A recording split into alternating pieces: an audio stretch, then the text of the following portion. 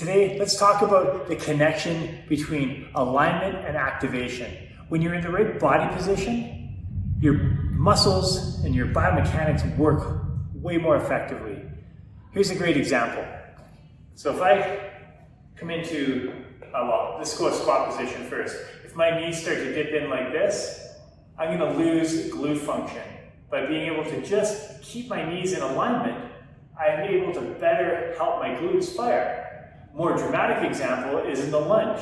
If I'm here and this happens, again, I've lost the ability, not entirely, but I've dropped the function and effectiveness of this glute. By being able to cue and get someone to come back into position while keeping the ball of their foot on the ground, and keeping a nice stable base to the floor, when I can do that, and make sure the hips are aligned, everything starts to come into play, so the alignment connects, which allows the body to activate the right pattern of muscles effectively to do the movement. This, again, is not rocket science, but what happens is that trainers and fitness professionals are so focused on having people do 25 lunges to burn them out and get them to sweat and have their workout, that they're not actually teaching the nuances of the motion.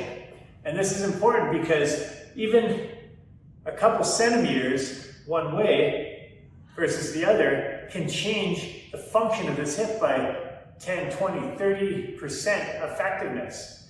Now, I often say we want hip square and the middle of the kneecap pointing toward the outer half of the foot. Not like way out like this where the foot comes off the ground, but stable, flat, and connected. Once you get that alignment, even just practicing this right here, little mini lunges, staying in position, you'll start to see that the glute, the knee, all the muscles of the lower body start to function in their optimal way, or optimal range and optimal pattern.